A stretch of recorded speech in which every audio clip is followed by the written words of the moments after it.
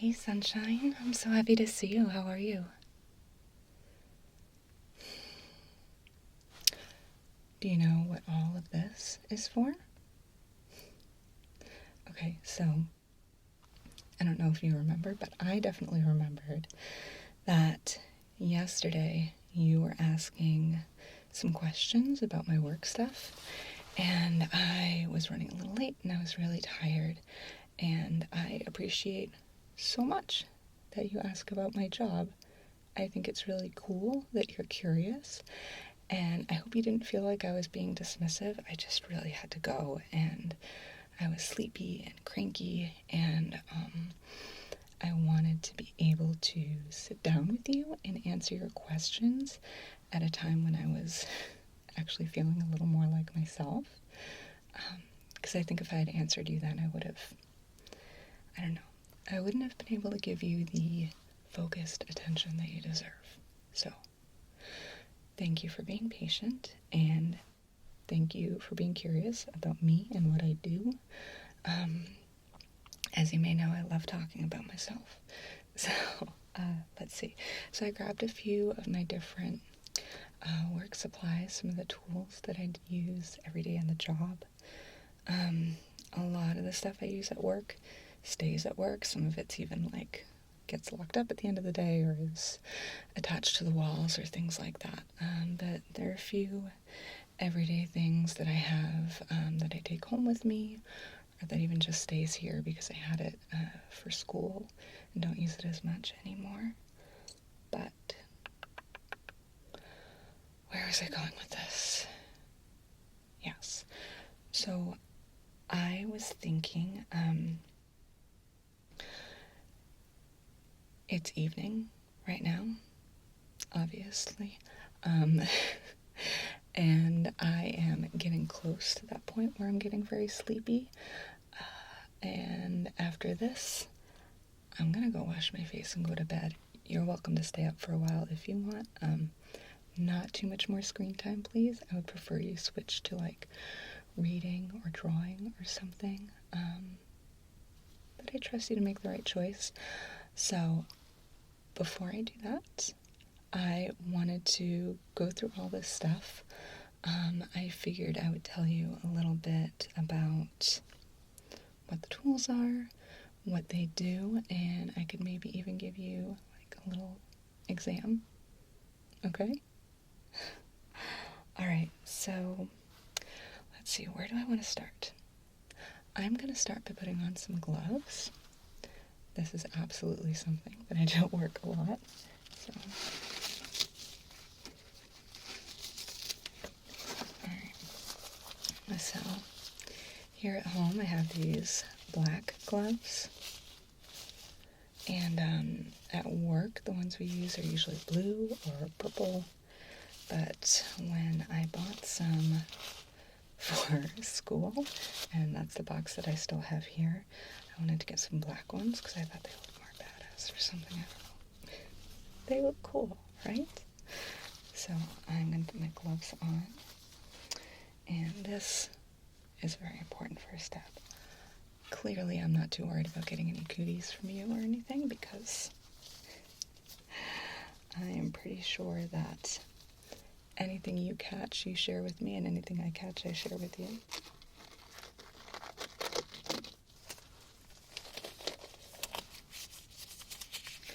But I just want to make this a realistic experience for you, okay? So, alright.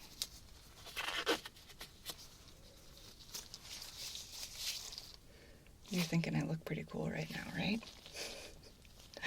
We'll see if you still feel that way when you're a little older. Okay. So, sunshine, you ready? Okay. I am going to start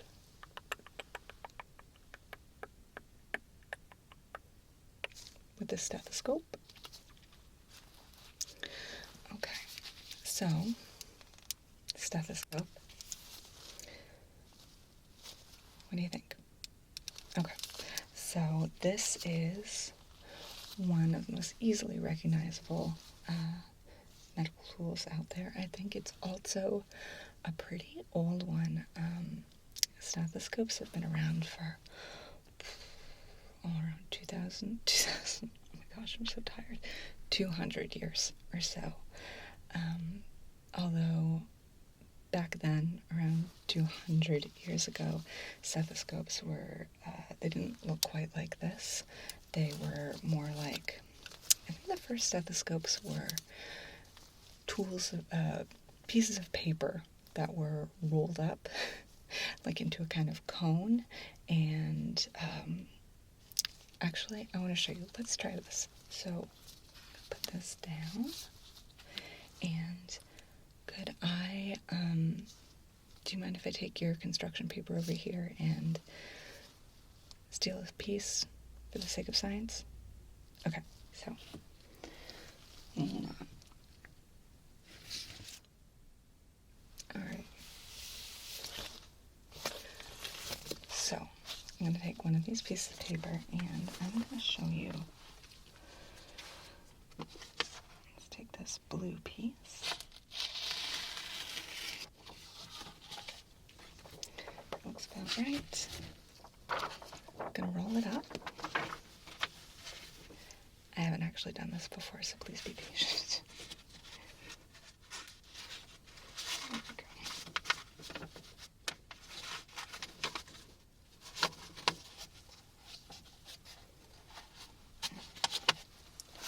So yeah, kind of like this.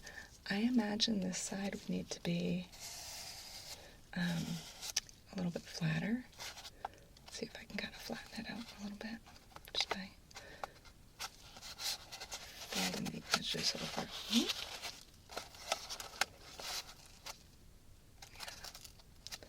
I don't know how well this is actually going to work, but that'd be fun to try. Okay, so see how it's kind of like this cone-shaped thing? So very first stethoscopes 200 years ago, doctors would just take a tube like this and they would just put it right up to the patient's chest, and they'd put their ear up to it and they'd listen that way.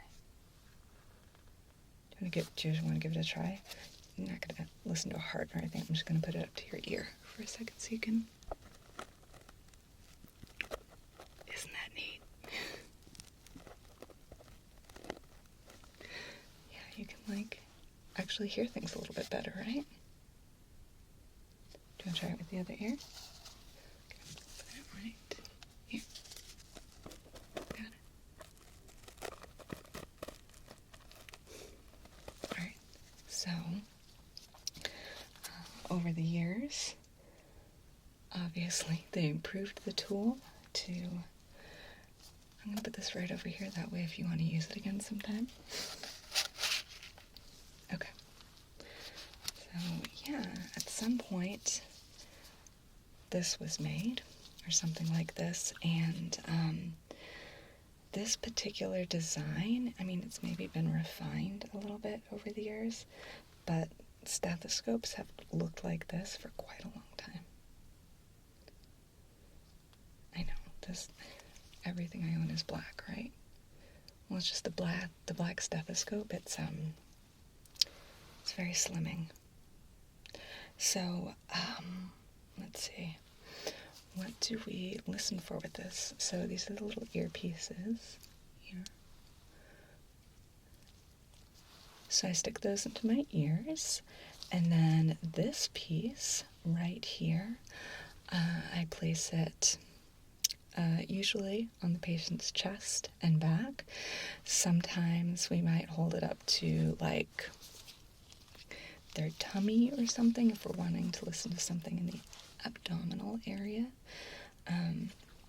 But mostly it's the chest and the back so that we can listen to heart sounds and lung sounds.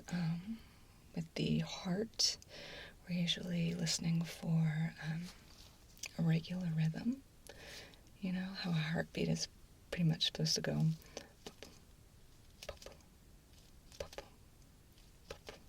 something like that, right? Sometimes the rhythm of the heart might not be exactly like that. It might be little bit off. There might be extra beats. It might skip a beat, or it might just sound kind of funky.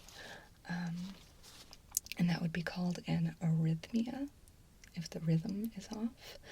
We also listen for something called a heart murmur. That's one of the more common irregularities that we might hear. And a heart murmur, it's not really a murmur. It's usually more like a whooshing or a swishing sound. So any of those things, if we hear them, that can clue us into the fact that there might be something going on that we might want to take a closer look at. And then what else? Of course, we're listening to the lungs as well. That's why, or at least that's partly why, when your pediatrician, holds this up to your chest and to your back, why they ask you to take a nice deep breath in and out. I know when I'm doing that with my patients, I'm looking for, I just want to hear normal, healthy lung function. So some of the things I'm looking out for or listening out for would be, air or fluid in or around the lungs in a way that it shouldn't be. Sometimes there might be, overinflation in certain parts of the lungs. That could indicate that there's a problem.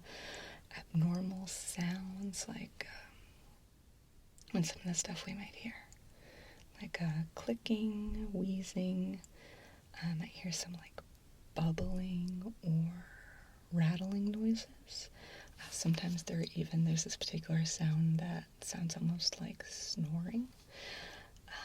So any of those things might indicate that there's some sort of blocked or narrowed airway or something like that.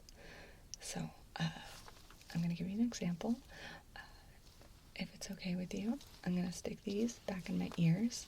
I'm going to hold this up to your chest, and I'm going to ask you to breathe in and out while I move it around, okay? All right, let's hear that beautiful heart. Okay. Breathe in. Breathe out. There it is. I gotta be honest, this is my favorite heartbeat in the whole world. And I've heard a lot of heartbeats, but this is definitely the one I like the most. Go ahead and breathe in. And out. Okay. Take a nice deep breath in. And out. Perfect. One more time. Breathe in. And out. Beautiful. All right. Mind if I sneak around and do your back now? Okay. All right, so you're going to feel the stethoscope on your back this time. Go ahead and breathe in for me. And out. In. Out. In. And out. Yeah. Everything sounds great from this angle too.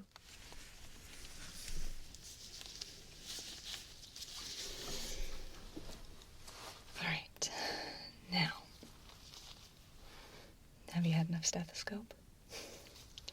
I can keep going if you want.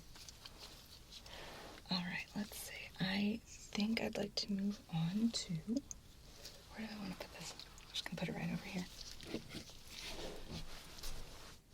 Okay, so this right here, I grabbed like 3 things at once. Calm down, Mom. Getting too excited. Okay, so this is for taking your blood pressure, okay? And I would normally, I'm not actually going to take your blood pressure because this cuff, it gets wrapped around the arm, and this is a larger size one. It's meant for adults. And if I wanted to measure your blood pressure, I would need a smaller size, like a pediatric one. But I can still show it to you. So,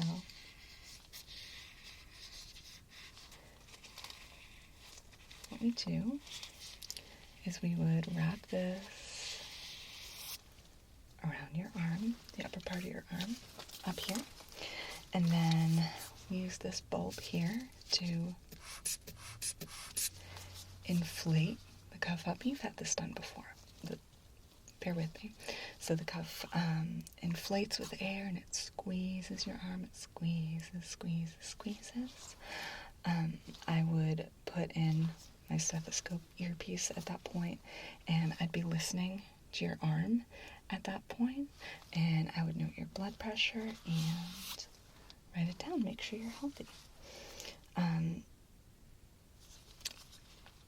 You want to learn a good word to impress all your friends with? Sphygmomanometer. A good Sphygmomanometer.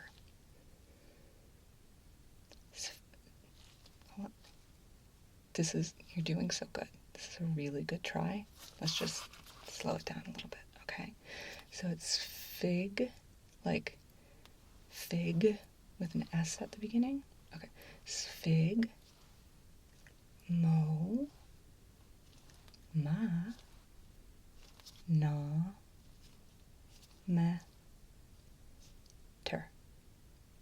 Sphygmomanometer. Your turn. Go.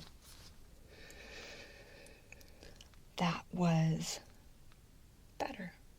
You're showing improvement. So yeah, sphygmomanometer. I guess I should probably explain what blood pressure is and why it's important. I want to give you enough information so that you understand, but without getting into so much detail that you just immediately fall asleep. Let's see. Okay. So, you know, veins and arteries, right? Veins and arteries are like these tiny little tubes that run all through your body. Some are wider, some are quite narrow. They can get very small. And the veins bring blood back to the heart, and then the arteries take blood from the heart and put it into the tissues like all over your body. So your heart and your lungs are working together to take oxygen from the air you breathe and put it into your blood. And that oxygen in your blood, it's almost like food for the rest of your body, in a sense. Your whole body needs it. It needs it all the time. It needs to be constantly delivering oxygen to all the different parts of your body. And then once those arteries have taken that oxygen-rich blood, imagine it kind of like a train. Like, imagine this train is pulling into the station of your heart, and it's collecting all these suitcases, okay? And the suitcases are oxygen in this case, okay? So then the train is traveling through, and the train's your blood. Was that clear? Okay. So the train is traveling through your arteries to all the different parts of your bodies, and it's dropping off the suitcases or the oxygen in different places.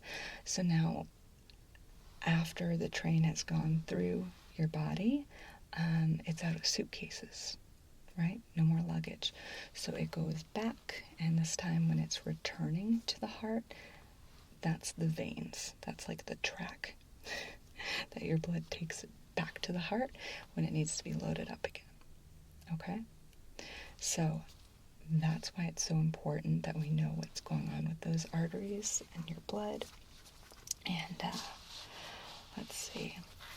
So when we're measuring your blood pressure, what we're doing is we're measuring the force with which your blood is moving through those blood vessels. Okay, like force, if you can kind of picture, why can't I think of the word? A balloon. Okay, so picture a water balloon full of water. Imagine you poke a little hole in it. Okay, now if you just put it down, the water might be spurting out of it at like a steady stream or whatever. But if you squeeze the water balloon, the water's going to shoot out. It's going to like, it would feel like it was coming out harder against your hand. If you held your hand up, it would come out faster. Okay? Yeah. So when we're squeezing that water balloon and the water's coming out like all fast and hard, I know water's not really hard, but you know what I mean. That would be increasing the pressure. Does that kind of make sense? Okay.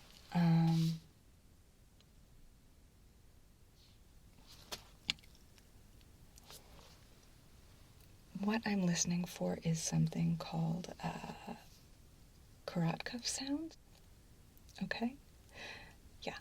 So basically imagine that your like blood vessel in your arm or your artery, whatever. Just imagine that tiny little tube in your arm has blood rushing through it. Okay? But when we put the cuff on your arm and it squeezes it and squeezes it and squeezes it, what would happen eventually? Yeah, it would like close off and the blood wouldn't be able to get through. But there's a point where that tube is almost totally closed, but not quite. And at that point, there's like this really loud sound that starts to happen, and you can hear it if you're holding a stethoscope up to the arm.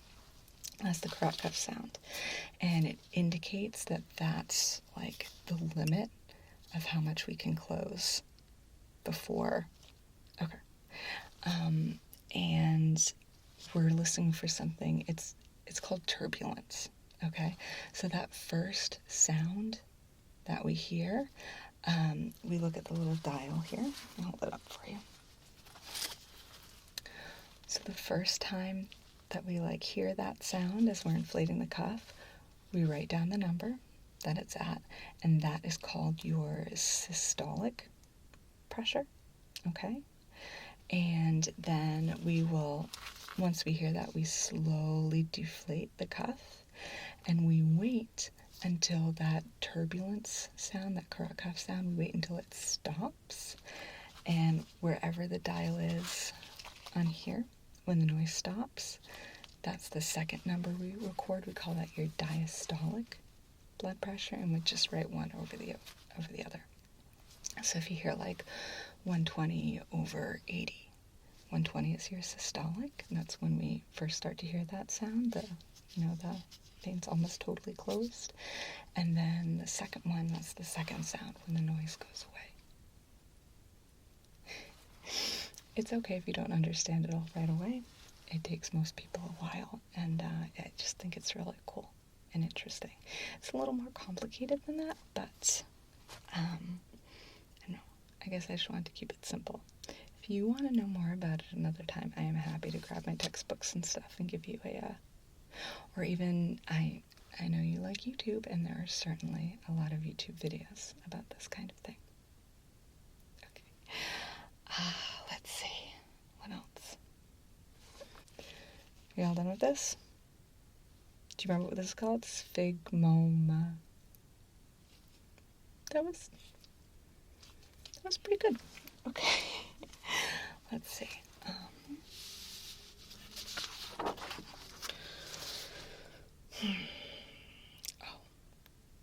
this is a good one. This is a lot of people's favorite tool. Okay. Do you know what this one is called? Otoscope. Yeah. So this is an otoscope. There are a few different ways we can use it. I have a couple different ones at work, but this is one that I just keep here at home. I don't know if you remember when you were younger and a case, be worried about whether or not you might have an ear infection, I would use this. Do you remember that? Okay. Well, there's a little button here at the bottom that I can push. And can you see that? There's like a little light that comes on in there. So what I would do, see how narrow this is? I would place it in your ear, and then there's like a little magnifying thing right here that I can look through, so I can get a real good look inside your ear. What do you think of that? Alright, so the parts of your ear that I'm looking at when I go into your ear, the ear canal there, it's also known as the external auditory meatus. I'm not going to make you repeat that one after me. That's basically your ear canal, or the little hallway that leads in through your ear. And then at the end of that little kind of hallway there is something called the tympanic membrane. That's your eardrum. That's what a lot of people call it. And it's like this membrane, so it's almost like a tissue or a piece of skin, but we can see through it a little bit. And that's a big part of how you hear sound, because vibrations come in and they hit your eardrum, your tympanic membrane, and then there are these little structures just behind the membrane that basically move in response to the... Have you ever seen a Rube Goldberg machine? No, I'll show you that another time. But there's like a whole series of connected things that start working together, and they send a signal to your brain to let you know that sound is happening. Yeah, so there can be all kinds of problems that you can have with your ears. Most common ones are just pretty simple, like an ear infection, or someone might have a lot of earwax. Sometimes people can have something happen to their eardrum where it could get like a little tear in it. This would be a perforation.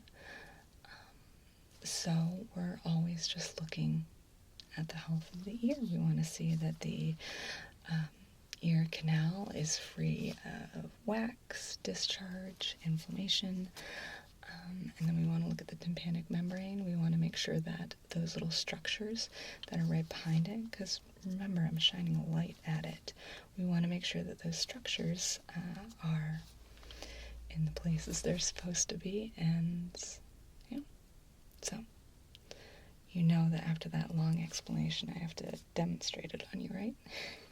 Okay. So let's start with this ear, and then I'll sneak around back and get your other ear, and I think we're going to have a lot of fun. Okay.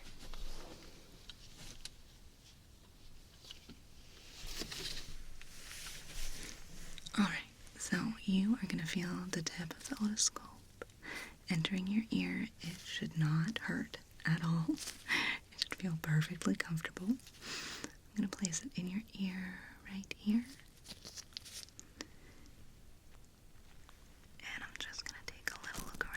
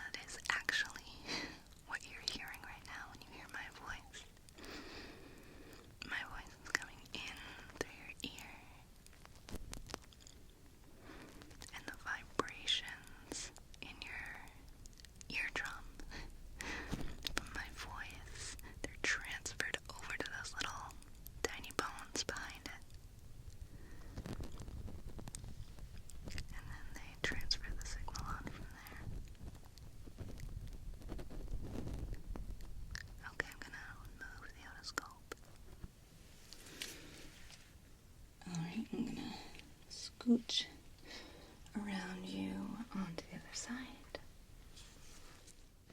Alright, and same thing here.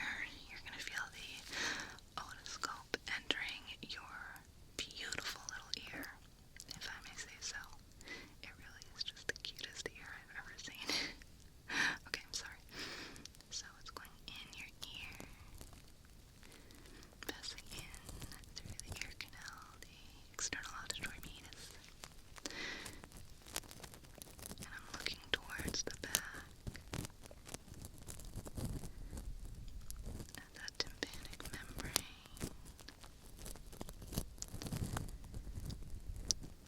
checking for the structures behind it, all the other little landmarks that I'm looking for.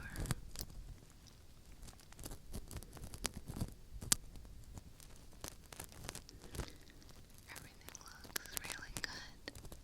Alright, removing the otoscope.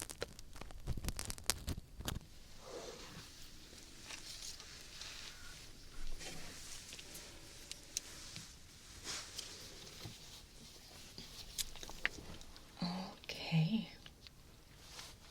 It's probably my favorite ear exam I've ever given. I know I can't be completely impartial here, but of all the external auditory meatuses I've ever seen, there's just something special about yours. Yeah. Okay. So, what else haven't I showed you? Oh.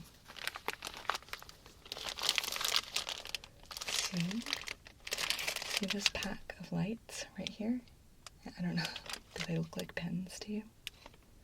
Well, that's interesting because while they're not pens, they are pen lights. Not the most creative name, I know. I have so many of these because I go through them pretty quickly. Let's see. So, this little sleeve here. I'm going to take off. So, yeah.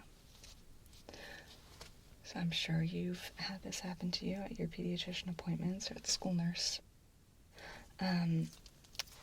See this little silver piece right here? I just squeeze on it and a little light comes on. Yeah. You know what we should do later? Not tonight, maybe tomorrow, after I've had a chance to sleep. I want to show you a close-up picture of a human eye, because from a distance it can almost look like the iris, which is the little black dot in the very middle of your eye. That's your pupil, P-U-P-I-L, pupil. And then the colored part around it, that's the iris. And from a distance, you know some people that have like brown eyes, blue eyes, green eyes. From a distance, it can look almost like that pupil the iris has fairly flat color. You might be able to see a little bit of variation. But once you get really, really, really close, I'll show you the picture, it's going to blow your mind. You see there's so much more depth and structure to that part of the eye than you would imagine. It's super cool. Yeah. But the pupil, again, it almost looks like just this flat black disc almost, but it's actually a hole kind of that goes in toward the back of your eye. And what happens is that the pupil will get bigger, and that's called dilating, or it will get smaller, and that's called constricting. And it'll constrict or dilate to let more or less light into your eye. Yeah, so like on a really bright sunny day when you walk outside, your pupils might constrict pretty small because there's so much light coming in. They only need to let in a little bit of it. But then at night, say you're walking down the hall to the restroom and it's pretty dark, all the lights are out, we just have that night light in the hallway, your pupils would probably dilate, get bigger. there's less light in your environment around you, so it's going to open up wider to let as much light in as it can.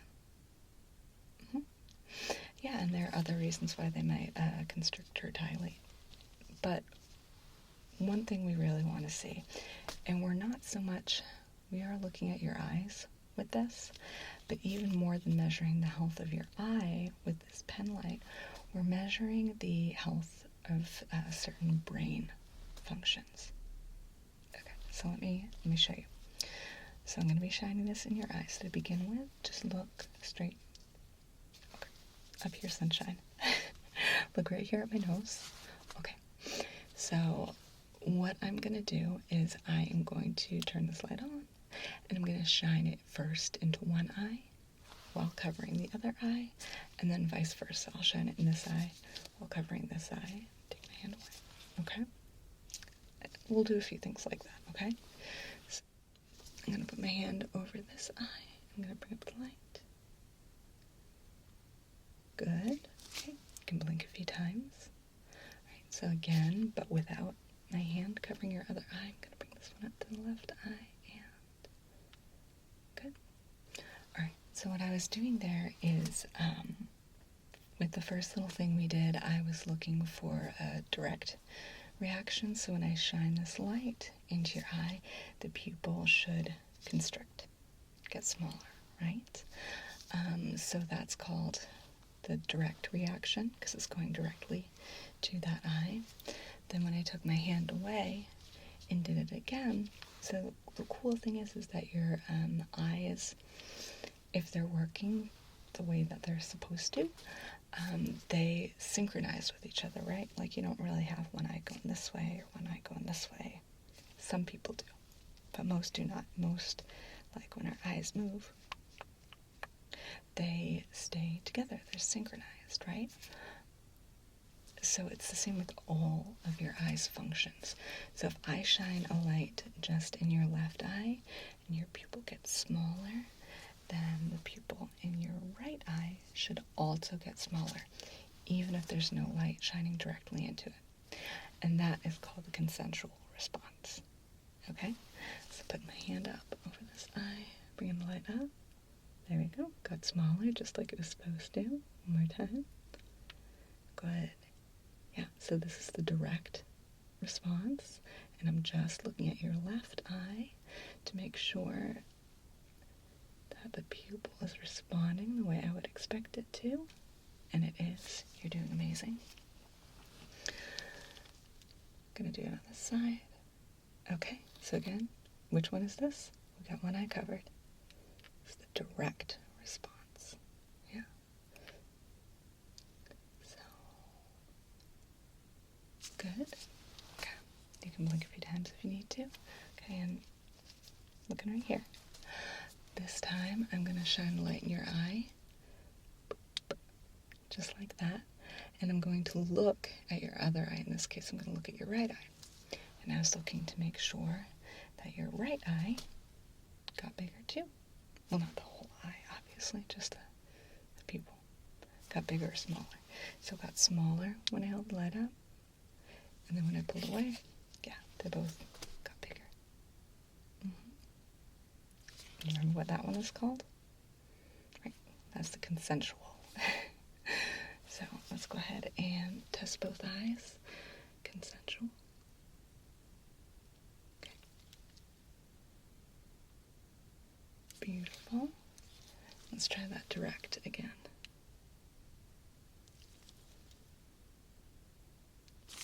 Awesome. And that is also why your doctor might hold their finger up or just hold up some sort of object. I'll show you. So look right at this. Great job, sunshine. Okay, so look at that. And I'm going to bring it close. Just keep looking at it. Good. Yeah. So your doctor might do other things too, like move it aside. We just want to make sure. Keep following it. We want to make sure that your eyes are like two little synchronized swimmers in your head, and that they're moving together perfectly. So that their movements are synchronized, and also if you remember, your pupils are going to get smaller, which is what? Constrict. Or they're going to get bigger, which is dilate. They're going to constrict or dilate, not just with light, but sometimes if something gets quite close, or if it moves away. Yeah, so look right here. There we go. And we're kind of looking for the same thing there. We want to make sure that those pupils are reacting the way they're supposed to, and that they're matching each other. Okay. Good. All right. Well, you know what? I think I went through all my stuff. Oh my gosh, there's so much more stuff that I use, but like I said, most of it's at work. Let's see. I think this is pretty good timing though, because if I'm going to be honest with you, I am very, very ready for bed. How sleepy, on a scale of 1 to 10, how sleepy are you right now? Okay, so I'm going to leave it up to you whether you want to just roll over and go to sleep, or whether you want to stay up for a little bit longer. No school tomorrow, so I'm not too worried about you having to get up early. Just keep an eye on the clock and don't stay up too late. Okay. So yeah, I'm going to wash my face and get in bed. I'm going to sleep. I'm going to sleep a lot. I think it's going to be really nice. And what else? I love you. You're awesome. I love being your mom. What else? Oh yeah. I am excited to spend the rest of my life loving you every day. I may not know for sure what I want to do in the next 5 years, 10 years, 20 years, but I'm very confident that the best part of it is probably going to be being your mom. So, thank you for being you, and thank you for asking me questions about my work. I like sharing that kind of stuff with you. I love hearing about what you're into, and it means a lot to me that you like hearing about what I'm into and what I do. So, yeah, I'm going to pack all this up. I'm going to go to bed, and I will see you in the morning. What do you want to have for breakfast? Anything in the whole world, whether I am making it here or heading out and picking it up for you. What do you want? All right. I'm going to make it happen. Okay. Good night. Sweet dreams. And I'll see you tomorrow. Sleep well, sunshine.